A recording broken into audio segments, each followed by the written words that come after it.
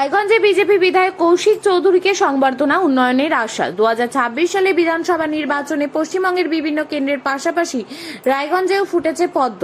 রায়গঞ্জ বিধানসভা কেন্দ্র থেকে জয়ী হয়ে বিজেপির বিধায়ক হয়েছেন কৌশিক চৌধুরী। শপথ গ্রহণের পর প্রথমবার রায়গঞ্জে ফিরতেই তাকে ঘিরে উচ্ছ্বাস ও উন্মাদনা লক্ষ্য করা যায় দলীয় কর্মী, সমর্থক এবং সাধারণ মানুষের মধ্যে। রবিবার রায়গঞ্জের টাউন ক্লাব ময়দানে সঞ্জীবনী যোগ প্রশিক্ষণ শিবিরের পক্ষ থেকে নবনির্বাচিত বিধায়ককে সংবর্ধনা জানানো হয়। অনুষ্ঠানে কপালে গেরুয়া আবিরের টিকা পরিয়ে উত্তরীয় পুষ্পস্তবক এবং পুস্তক তুলে দিয়ে তাকে শুভেচ্ছা জানান সংগঠনের সদস্যরা। উপস্থিত সমর্থকদের জন্য ঝালমুড়ির ব্যবস্থাও করা হয়েছিল, যা অনুষ্ঠানে বাড়তি উৎসবের আবহ তৈরি করে। সংবর্ধনা পেয়ে আপ্লুত বিধায়ক কৌশিক চৌধুরী বলেন, রায়গঞ্জের সার্বিক উন্নয়নই হবে তার মূল লক্ষ্য। শহরের দীর্ঘদিনের যানজটের সমস্যা, জলনিকাশি ব্যবস্থার উন্নয়নের পাশাপাশি গৌরী এবং বাহিন নদীর বন্যা নিয়ন্ত্রণের বিষয়েও তিনি বিশেষ গুরুত্ব দেবেন বলে জানান। মানুষের প্রত্যাশা পূরণে দ্রুত কাজ শুরু করার আশ্বাসও দেন নবনির্বাচিত বিধায়ক। আবেগ প্রণোদিত হয়ে আপনাকে যেভাবে আবির পড়ালো, আপনাকে উত্তীয় দিল, কিরকম লাগছে নিজের? এটা আমার এক পরম পাওয়া।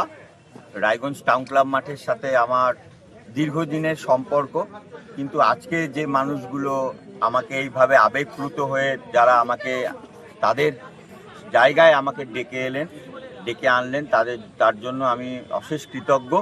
আমার খুব ভালো লাগছে। সঞ্জীবনী যোগ প্রশিক্ষণ, সঞ্জীবনী যোগ শিবির ওনারা অনেক দিন ধরেই বলছিলেন, তো আমি প্রায় 10 দিনের মতো কলকাতায় ছিলাম, গতকালই নেমেছি, তো আজকে আসতে পেরেছি। আমার খুব ভালো লাগছে। ওনাদের কেমন লাগছে আমি জানি না, আমার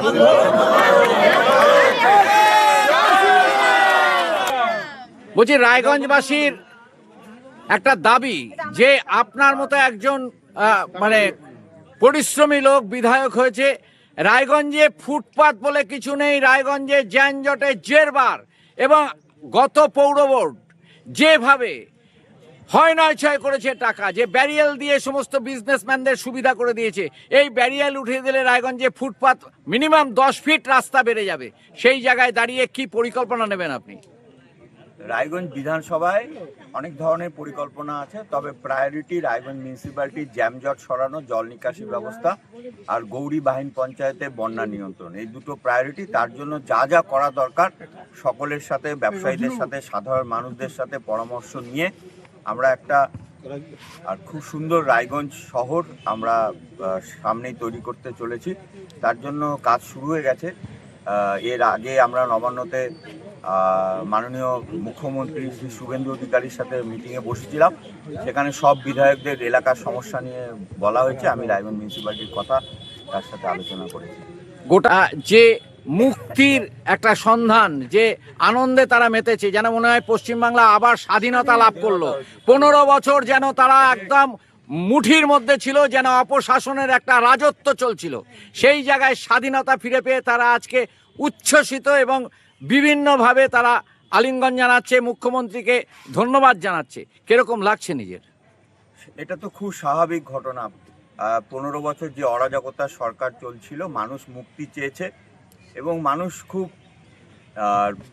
স্বতঃস্ফূর্তভাবে মুক্তি চেয়েছে, যার জন্য এটা সম্ভব। 23 এপ্রিল 29 এপ্রিল আপনারা দেখেছেন কোথাও 96, 97, 92, 93% ভোট হয়েছে।